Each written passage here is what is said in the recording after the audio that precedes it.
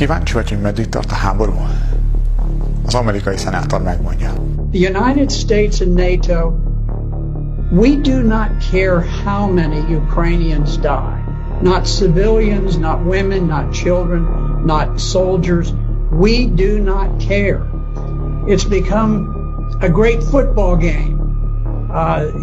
We've got our team, they've got our team, rah, rah. We want to get the biggest score and run it up.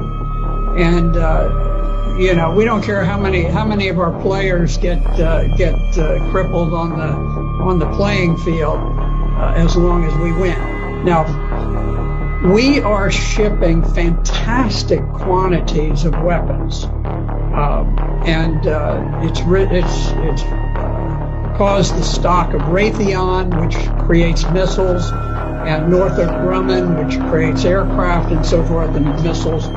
All of these defense industries have become tremendously bloated with tax dollars. I don't think it's ultimately going to change the outcome. I think that Russia will prevail. The Ukrainians are in a very awkward strategic position in the east, but if you look at the way that this unfolded, President Putin made a desperate effort to stop the march towards war. Back in December of 2021, he went so far as to put specific written proposals on the table with NATO, peace proposals, to defuse what was coming about. Because at this point, Ukraine was massing troops to attack the Donbass.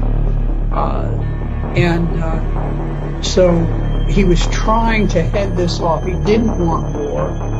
And NATO just blew it off, just dismissed it, never took it seriously, never went into serious negotiations.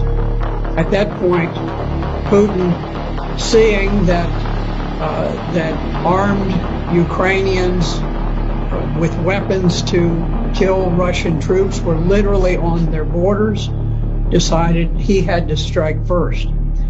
Now, you can see that this was not some pre-planned attack. This was not like Hitler's attack into Poland, where the standard rule of thumb is that you always have a 3-to-1 advantage when you are the attacker.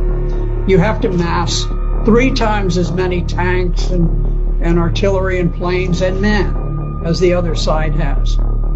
In fact, when Russia went in, they went in sort of with what they had, what they could cobble together on short notice, and they were outnumbered by the Ukrainian forces. The Ukrainian forces had about 250,000. The Russians had perhaps 160,000. So instead of having 3 times as many, they actually had fewer troops than the Ukrainians, but they were forced to attack to try to preempt the battle that was looming, where the Ukrainians had massed these forces against the Donbass. Now, the Donbass is adjacent to Russia. It is a portion of Ukraine that did not join with the revolutionary government that conducted the coup in 2014 and overthrew the government of Ukraine. They refused to become a part of the new revolutionary government of Ukraine, and so they declared their independence. And Ukraine had massed this enormous army to attack against the Donbass. And so Russia was forced to go in to preempt that planned attack by Ukraine. And you could see that Russia very much hoped that they could conduct this special operation without unduly causing casualties for the Ukrainians, because they think of the Ukrainians, or at least they did think of the Ukrainians as brother Slavs, that they wanted to have good relations. But there was a famous picture with a Russian tank that had been stopped by a gathering of maybe 40 civilians who just walked out in the road and blocked the road, and the tank stopped. I can tell you, in Vietnam, if we had had a bunch of people who stood in the way of an American tank going through, that tank would not have slowed down in the slightest. It wouldn't have honked a horn. It wouldn't have done anything. Wouldn't have fired a warning shot. It would have just gone on. And I think that's more typical. I'm not criticizing the Americans. I was there and I was fighting, and I probably would have driven the tank straight through myself.